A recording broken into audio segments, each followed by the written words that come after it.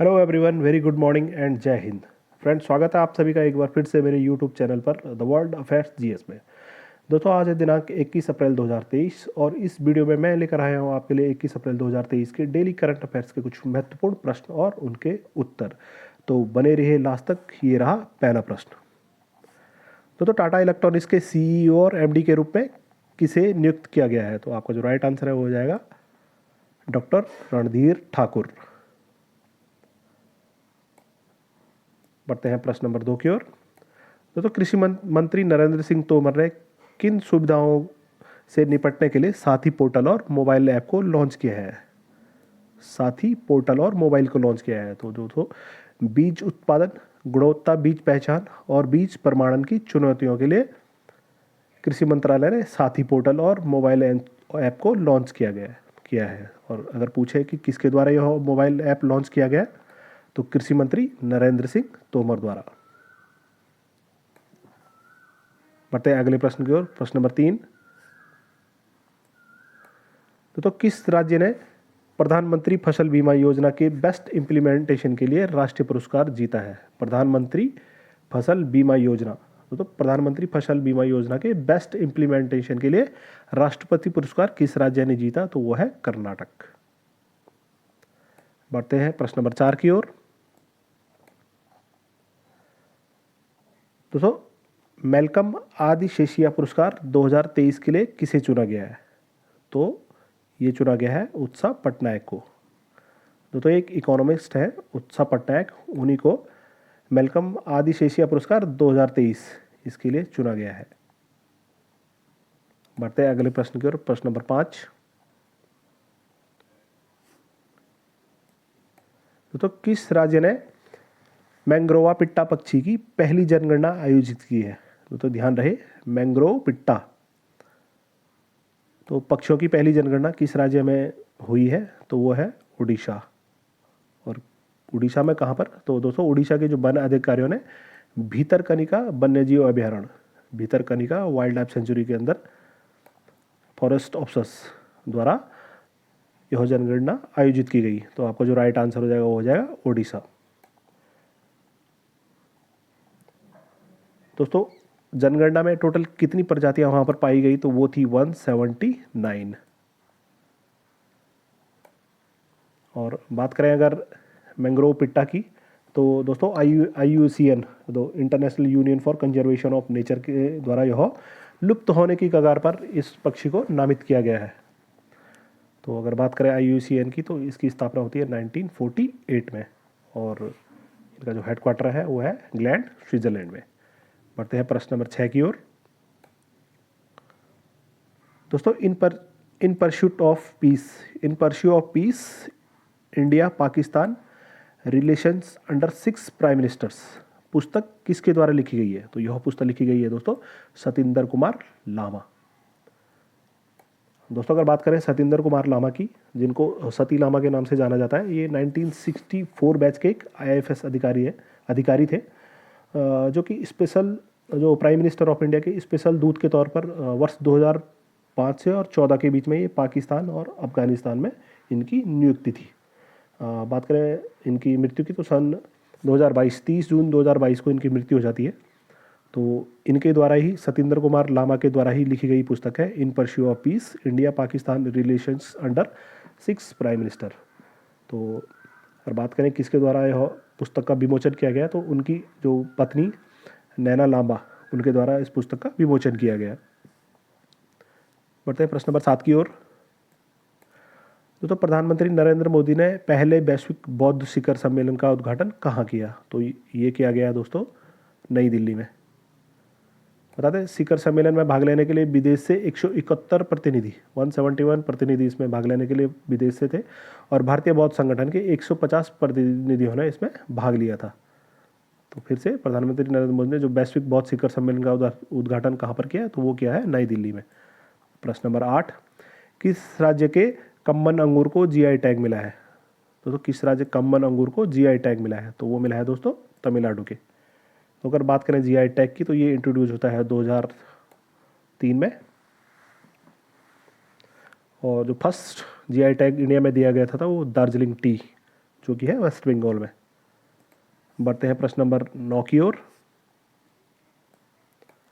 दोस्तों Apple company ने मंगलवार को किस शहर में अपना पहला भारतीय रिटेल स्टोर खोला है? तो वो खोला है दोस्तों महाराष्ट्र के मुंबई में। दोस्तों हम जानते हैं कि आईफोन बनाने वाली कंपनी जो एप्पल कंपनी है, उसके जो सीईओ टिम कुक ने बांद्रा कुर्ला कॉम्प्लेक्स में एग्जीक्यूटिव स्टोर का उद्घाटन करने के लिए वो भारत पहुंचे थे। तो आपका जो राइट आंसर हो जाएगा वो हो जाएगा मुंबई महाराष्ट्र में। प्रश्न नंबर 10 की ओर बढ़ते हैं। दोस्तों किस क्रिकेटर को विजडन के लीडिंग T20 इंटरनेशनल क्रिकेटर के रूप में नामित किया गया है? तो वो है दोस्तों भारत के सूर्य कुमार यादव। तो कल ही हमने बात की कि जो विजडन के क्रिकेटर ऑफ द ईयर की लिस्ट में 5 खिलाड़ियों को नामित किया गया है, उनमें से एकमात्र भारतीय है हरमनप्रीत कौर। और अगर बात करें विजडन के leading T20 cricketer international cricketer के रूप में किसको नामित किया है, तो वो है सूर्य कुमार यादव, जो कि वर्तमान समय में T20 इंटरनेशनल की रैंकिंग में नंबर 1 स्थान पर बने हुए हैं। और इनके द्वारा ही सबसे कम गेंदों में 1,500 रन बनाने का जो T20 का रिकॉर्ड था, T20 इंटरनेशनल का रिकॉर्ड इन्हीं के द्वारा बनाया गया है। इन्होंने 843 बॉलों में 1,500 रन बनाने का कीर्तिमान अपने नाम किया है, जो कि सबसे फास्ट था। बढ़ते हैं 11 प्रश्न की ओर। दोस्तों इसरो किस देश के टेलीओएस-2 उपग्रह को अप्रैल 2022 में श्रीहरिकोटा जो सतीश धवन अंतर्राष्ट्रीय अंतरिक्ष केंद्र है आंध्र प्रदेश से लॉन्च करेगा? तो अगर बात करें टेलीओएस-2 उपग्रह की, तो ये किस देश का है? तो दोस्तों ये सिंगापुर। और किसके द्वारा इसका प्रक्षेपण किया जाएगा? तो वो किया जाएगा इसरो। बढ़ते हैं 12वें प्रश्न की ओर। दोस्तों किस बैंक ने भारत का पहला वॉइस बायोमेट्रिक प्रमाणीकरण first voice biometric authentication banking app launch किया है? तो दोस्तों ये ऐप लॉन्च किया गया है सिटी यूनियन बैंक लिमिटेड द्वारा। बढ़ते हैं प्रश्न नंबर 13 की ओर। दोस्तों किसे राष्ट्रीय सुरक्षा परिषद सचिवालय में सैन्य सलाहकार के तौर पर नियुक्त किया गया है? तो ये है दोस्तों retired air marshal Sandeep Singh. दोस्तों रिटायर्ड एयर मार्शल जो संदीप सिंह है, इन्हीं को राष्ट्रीय सुरक्षा परिषद सचिवालय में सैन्य सलाहकार के तौर पर नियुक्त किया गया है। प्रश्न नंबर 14 की ओर बढ़ते हैं। किस देश के सीनेट ने रोबन विल्सन को राज्य का पहला अश्वेत मुख्य न्यायाधीश नियुक्त किया गया है? तो दोस्तों ये किया गया है न्यूयॉर्क सीनेट द्वारा। बढ़ते हैं प्रश्न नंबर 15 की ओर। दोस्तों जर्मनी के राष्ट्रपति से जर्मनी का सर्वोच्च ऑर्डर ऑफ मेरिट पुरस्कार किसे प्राप्त हुआ है? तो वो है दोस्तों वहाँ की जर्मनी की ही पूर्व चांसलर है एंजेला मार्केल, उन्हीं को जर्मनी का सर्वोच्च ऑर्डर ऑफ मेरिट पुरस्कार प्राप्त हुआ है। प्रश्न 14। दोस्तों संयुक्त राष्ट्र के आंकड़ों के अनुसार भारत दुनिया का सबसे अधिक आबादी वाला देश बनने के लिए चीन से आगे निकल गया है। अब भारत की कुल जनसंख्या कितनी हो गई है? तो आपको बताना है, वो हो गई है 142.86 करोड़। दोस्तों अगर बात करें चाइना की पॉपुलेशन थी 142.57 करोड़, और भारत अभी रिसेंटली चाइना को पीछे छोड़कर दुनिया का सबसे आबादी वाला पहला देश बन गया है। तो भारत की जो कुल आबादी है वो हो गई है 142.86 करोड़। बात करते हैं प्रश्न नंबर 15 की। दोस्तों नेशनल क्वांटम मिशन के लिए कितनी धनराशि की मंजूरी दी गई है? तो वो दी गई है 6,000 करोड़ रुपए की।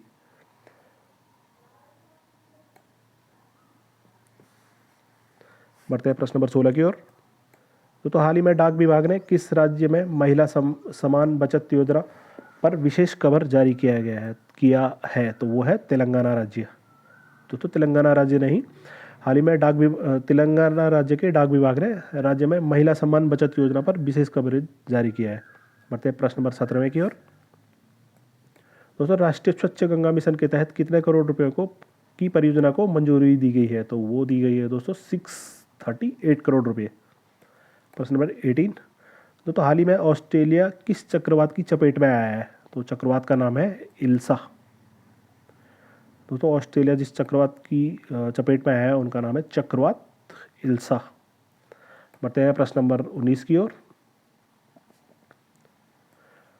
दोस्तों दिवंगत निर्माता निर्देशक यश चोपड़ा की पत्नी का मुंबई में निधन हो गया है। तो उनका नाम क्या था? उनका नाम था पामेला चोपड़ा। तो ये जो निर्माता यश चोपड़ा है उनकी पत्नी ये थी और इन्हीं का निधन हो गया है, तो इनका नाम है पामेला चोपड़ा। पढ़ते हैं प्रश्न नंबर 20 की ओर। तो भारतीय सेना ने सैन्य कर्मियों को चीनी भाषा का प्रशिक्षण देने के लिए किस यूनिवर्सिटी के साथ समझौता किया है? तो वो क्या है दोस्तों, तेजपुर यूनिवर्सिटी, जो कि स्थित है असम में। तो भारतीय सेना के जो सैन्यकर्मी हैं उन्हीं को चीनी भाषा का प्रशिक्षण देने के लिए इस यूनिवर्सिटी के, तेजपुर यूनिवर्सिटी जो कि असम है, उसके साथ समझौता किया गया है। बढ़ते हैं प्रश्न नंबर 21 की ओर। दोस्तों 4 देशों की टीमों के इंटरकॉन्टिनेंटल फुटबॉल टूर्नामेंट का आयोजन किस शहर में किया जाएगा? तो दोस्तों ये किया जाएगा उड़ीसा के भुवनेश्वर में। अराउंड जून 2023 के बीच यह इंटरकॉन्टिनेंटल फुटबॉल टूर्नामेंट आयोजित किया जाएगा। बात करें प्रश्न नंबर 22 की।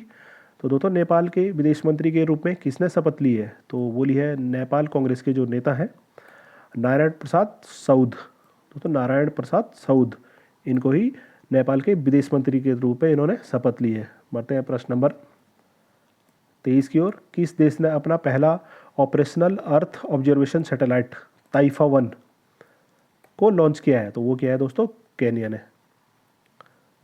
यानी दोस्तों ऑपरेशनल अर्थ ऑब्जर्वेशन सैटेलाइट ताइफा 1 का प्रक्षेपण किया गया है, तो वो किसने किया? केन्या ने। बढ़ते हैं प्रश्न नंबर 24 की ओर। दोस्तों फीफा ने इंडोनेशिया से अंडर 20 फुटबॉल विश्व कप की मेज़बानी को रद्द करने के बाद किस देश का चयन किया है? यानी कि अब अंडर 20 फुटबॉल विश्व कप का कौन देश उसको होस्ट करेगा या उनकी मेज़बानी कौन करेगा? तो दोस्तों वो करेगा अर्जेंटीना। तो दोस्तों ये थे महत्वपूर्ण 24 प्रश्न दिनांक 21 अप्रैल 2023 के करंट अफेयर्स के। तो आपके लिए पिछले वीडियो से एक प्रश्न। तो दुनिया के 10 सबसे धनवान शहरों की सूची जारी की गई है, तो शीर्ष पर कौन सा शहर रहा? तो आपके सामने ऑप्शन है टोक्यो,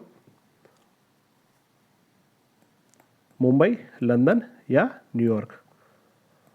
दोस्तों आप कमेंट सेक्शन में ज़रूर इस प्रश्न का उत्तर दें और आई होप कि आपको ये वीडियो पसंद आया होगा और